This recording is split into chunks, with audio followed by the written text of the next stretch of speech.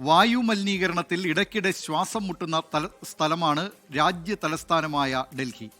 വായു മലിനീകരണം തെല്ലെങ്കിലും കുറയ്ക്കാൻ അധികൃതർ കണ്ടെത്തിയ വഴിയാണ് കാലപ്പഴക്കം ചെന്ന വാഹനങ്ങൾ നിരോധിക്കുക എന്നത്.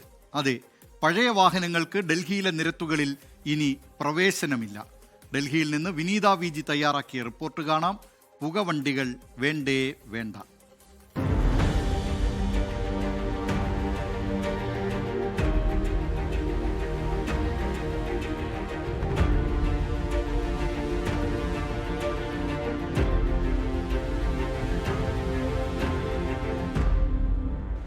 വർഷത്തിൽ കൂടുതൽ പഴക്കമുള്ള ഡീസൽ വാഹനങ്ങളും 15 വർഷത്തിൽ കൂടുതൽ പഴക്കമുള്ള പെട്രോൾ വാഹനങ്ങളും കാലാവധി കഴിഞ്ഞ വാഹനങ്ങളുടെ കൂട്ടത്തിൽ ഉൾപ്പെടും.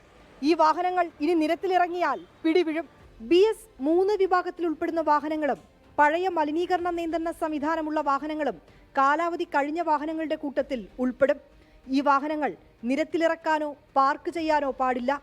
നിർദ്ദേശം പാലിക്കാതെ വാഹനങ്ങൾ പുറത്തിറക്കിയാൽ യാതൊരു മുന്നറിയിപ്പും കൂടാതെ പിടിച്ചെടുത്ത് പൊളിക്കുമെന്നാണ് ഡൽഹി ഗതാഗത വകുപ്പിന്റെ നിർദ്ദേശം. മലിനീകരണ നിയന്ത്രണവുമായി ബന്ധപ്പെട്ട് കോടതി ഉത്തരവുകൾ പാലിക്കുന്നതിന്റെ കൂടി ഭാഗമാണ് ഈ നിർദ്ദേശമെന്നും ഗതാഗത വകുപ്പ് പുറത്തിറക്കിയ വിജ്ഞാപനത്തിൽ പറയുന്നു.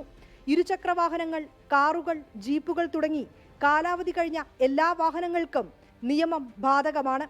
സർക്കാർ നടപടി വായു മലിനീകരണം കുറയ്ക്കുമെന്നും അതേസമയം സാധാരണക്കാരെ ബുദ്ധിമുട്ടിലാക്കുന്നതാണെന്നും അഭിപ്രായമുണ്ട്. मेरे कहने का मतलब है कि अब गवर्नमेंट ने जब गाड़ी इशू करी होगी, निकाली है गवर्नमेंट ने गाड़ी, जब निकाली है 15 साल के लिए करके निकाली है, 15 साल बाद इसकी गाड़ी जमा हो जाएगी, ठीक है, ओके, कोई बात नहीं है। उसके बाद सुनने में आया कि 10 साल गाड़ी चलेगी, ये गलत है ना, ये गरीबों को चोट है, ये गरीबों को मार है। कोई कैसे करके पैसे कहाँ से लेकर के ब्याज पे करके पैसे गाड़ी लेता है, महज मजदूरी का अपना कर करके, फिर उसने 5 साल उसको हटा दिया, तो वो काम गलत है।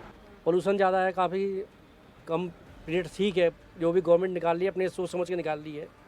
जो गवर्नमेंट करती है सही करती है, सबका भले के लिए करती है। वैसे तो देखो 15 साल पुरानी जो गाड़ियाँ थी, 10 साल पुरानी वजन की नई गाड़ियाँ खड़ी है, ऐसे ही खड़ी है वो तो। हाँ, उनको तो क्या कर सकते हैं, सरकार जो करेगी क्या करेगी, अब उसके बारे में तो क्या कह सकते हैं। ഉടമകൾക്കിനി കാലാവധി കഴിഞ്ഞ വാഹനങ്ങൾ കൈവശം വയ്ക്കണമെന്ന ആഗ്രഹമുണ്ടെങ്കിൽ അതിനും ഗതാഗത വകുപ്പിന്റെ വിജ്ഞാപനത്തിൽ നിർദ്ദേശങ്ങളുണ്ട്. നോ ഒബ്ജക്ഷൻ സർട്ടിഫിക്കറ്റ് നേടി വാഹനങ്ങൾ ഡൽഹി നഗരത്തിന് പുറത്തെത്തിക്കണം. NOC ഇല്ലാതെ ഈ വാഹനങ്ങൾ ഡൽഹിക്ക് പുറത്തേക്ക് കൊണ്ടുപോകാനാവില്ല. പഴയ വാഹനങ്ങൾ നഗരത്തിൽ നിന്ന് നീക്കം ചെയ്യുന്നതുമായി ബന്ധപ്പെട്ട് ഉടൻ തന്നെ ക്യാമ്പയിൻ ആരംഭിക്കുമെന്നും ഗതാഗത വകുപ്പിന്റെ വിജ്ഞാപനത്തിൽ പറയുന്നു.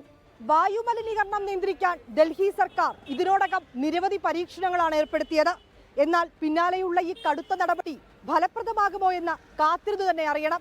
ഡൽഹിയിൽ നിന്ന് വിനീത വിജി, 24. ലോകത്തെവിടെയായാലും ഏത് സമയത്തും 24 വാർത്തകളും ഓഗ്മെന്റഡ് റിയാലിറ്റി പാക്കേജുകളും എക്സ്പ്ലെയിനറുകളും വിശദമായി കാണാൻ ഞങ്ങളുടെ യൂട്യൂബ് ചാനൽ നിങ്ങൾക്ക് സബ്സ്ക്രൈബ് ചെയ്യാം.